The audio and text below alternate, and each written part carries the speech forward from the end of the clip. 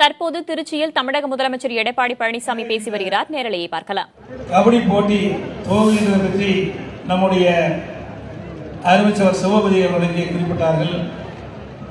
கபடி அல்லது சடுகுடு அல்லது ஒலிஞ்சான் சடுகுடு என்று அழைக்கப்படும் ஒரு காலத்தில் இப்படிதான் அழைச்சிட்டு இருந்தாங்க.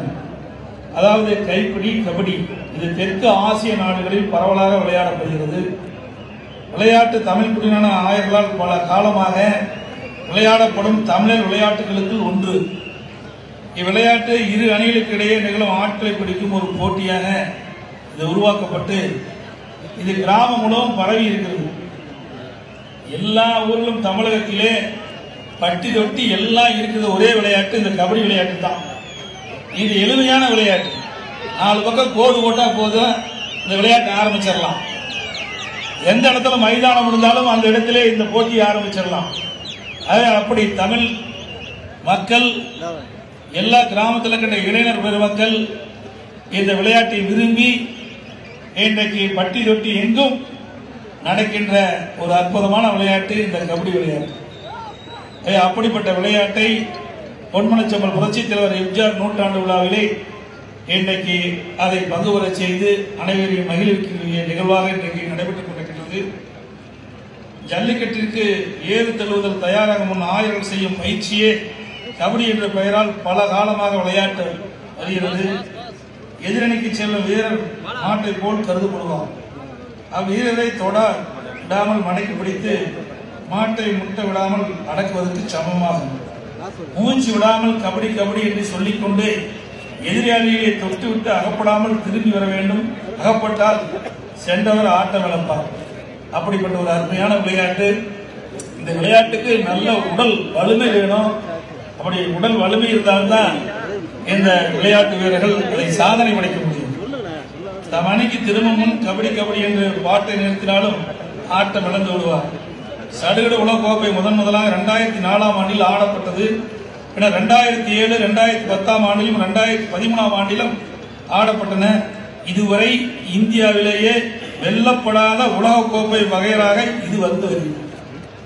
அப்படி ஒரு அற்புதமான ஆட்டம். உலகக்கோப்பை கபடி சாம்பியன்ஷிப் போட்டிகளை சென்னையில் நடத்துவதற்கு 1 கோடி ரூபாய் ஒதுக்கீடு செய்தவர் மாண்புமிகு புரட்சித் தலைவி அம்மா அவர்கள். அம்மா தமிழகத்திலே 1996 முதல்வராக இருக்கும் பொழுது 1995 தெற்காசி விளையாட்டுப் போட்டியில் சென்னையிலே வெற்றிகரமாக நடத்தி காட்டியவர்.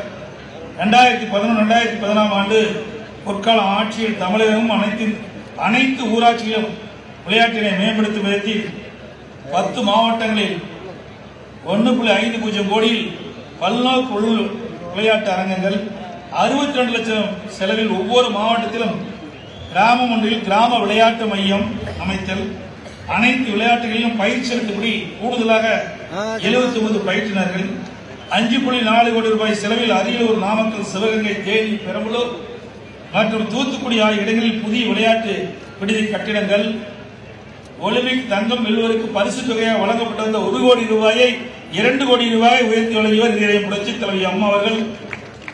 ஆசியா மற்றும் காமன்வெல்த் விளையாட்டு போட்டிகளிலும் தங்கப்பதக்கம் வெல்வர்களுக்கான ஊக்கத்தொகையினை 50 லட்சமாகவும், வெள்ளிப்பதக்கம் வெல்வர்களுக்கு 30 லட்சமாகவும், வெண்கலப் பதக்கம் வெல்வர்களுக்கு 20 லட்சமாகவும் உயர்த்தியவர் இதய புரட்சித் தலைவி அம்மா அவர்கள். திருச்சியில் 6 கோடி ரூபாய் செலவில் செயற்கை இலை தடகள ஓடுபாதை அமைக்க ஆணையிட்டவர்கள் இதய புரட்சித் தலைவி அம்மா அவர்கள். சென்னை ஜவஹர்லால் நேரு விளையாட்டு அரங்கம் உள் விளையாட்டு அரங்கனை 33.60 கோடி ரூபாய் செலவில் உட்கட்டமைப்பு மற்றும் புனரமைப்பு பணிகளை மேற்கொண்டு தமிழகத்தில் விளையாட்டுத் துறையிலும் புரட்சி ஏற்படுத்தியவர் நமது இதய புரட்சித் தலைவி அம்மா அவர்கள். 2014 ஸ்காட்லாந்து நடைபெற்ற 20வது காமன்வெல்த் விளையாட்டுப் போட்டிகளில் பளு தூக்குதலில் தங்கப்பதக்கம் வென்று சதீஷ் உட்பட்ட தமிழகத்தைச் சேர்ந்த 7 நபர்களுக்கு 2.70 கோடி செலவில் ஊக்கத்தொகை வழங்கி விளையாட்டு வீரர்களுக்கு ஊக்கத்தை அளித்தவர் நமது இதய புரட்சித் தலைவி அம்மா அவர்கள். 2016ஆம் ஆண்டு ரியோ டி ஜெனீரோவில் நடைபெற்ற பாரா ஒலிம்பிக் தமிழ்நாட்டைச் சேர்ந்த திரு மாரியப்பன் என்ற இளைஞர் தங்கப்பதக்கம் வென்றார். அவருக்கு இதய புரட்சித் தலைவி அம்மாவர்கள் பாராட்டி 2 கோடி ரூபாய் வழங்கி கௌரவித்தவர் இதய அம்மா அவர்கள். இந்தியாவின் தேசிய விளையாட்டான ஹாக்கி விளையாட்டினை தமிழகத்தில் மேம்படுத்தும் விதமாக தூத்துக்குடி மாவட்டம் கோயில்பட்டியில் ரூபாய் 7 கோடி செலவில் உலகத்தரத்தில் செயற்கை இலையாலான ஹாக்கி ஸ்டேடியத்தினை மாண்புமிகு அம்மா அவர்கள் ஆட்சியிலே திறக்கப்பட்டு என்பதை இந்த நேரத்திலே மகிழ்ச்சியுடன் தெரிவித்துக் கொள்கின்றேன். மாண்புமிகு இதய புரட்சித் தலைவி அம்மாவர்கள் திருச்சி மாவட்டத்துக்கு பெருமை சேர்த்தியவர். ஏனென்றால் திருச்சி மாவட்டத்துக்கு உட்பட்ட ஸ்ரீரங்கத்திலே இதய புரட்சித் தலைவி அம்மாவர்கள் போட்டியிட்டு தமிழகத்தினுடைய முதலமைச்சராக இந்த மாவட்டத்திலே தேர்ந்தெடுக்கப்பட்டு இந்த மாவட்டத்துக்கு பெருமை தேடி தந்தவர் இதய புரட்சித் தலைவி அம்மாவர்கள். இன்றைக்கு அவர்கள் முதலமைச்சராக இருக்கின்ற காலத்திலே தான் பல்வேறு திட்டங்கள் திருச்சி இந்த மாவட்டத்திற்கு வந்தது. ஏராளமான திட்டங்கள், சட்டக்கல்லூரி, இன்றைக்கு நீங்கள் பார்த்தா தேசிய சட்டக்கல்லூரிகள், இன்றும் பல்வேறு தொழிற்சாலைகள், பல்வேறு பாலங்கள், சாலைகள், இன்னும் பல்வேறு திட்டங்களை அளித்தவர் இதய புரட்சித் தலைவி அம்மாவர்கள். அதை அப்படி ஒப்பற்ற தலைவி புரட்சித் தலைவி அம்மாவர்கள் கண்ட கனவை நாம் இன்றைக்கு நனவாக்கி கொண்டிருக்கின்றோம். இதய புரட்சித் தலைவி அம்மாவர்கள் இருக்கின்ற பொழுது ஓராண்டு பொன்மனச்செம்மல் புரட்சித் தலைவர் எம்ஜிஆருடைய நூற்றாண்டு விழாவை தமிழகத்திலே கொண்டாட வேண்டும் என்று ஆணையிட்டார்கள். அவருடைய ஆணைக்கு இணங்க நம்முடைய கழக நிர்வாகிகள் அத்தனை பேரும் இன்றைக்கு பொன்மனச்செம்மல் புரட்சித் தலைவர் எம்ஜிஆருடைய நூற்றாண்டு விழாவை கொண்டாடி கொண்டிருக்கின்றோம்.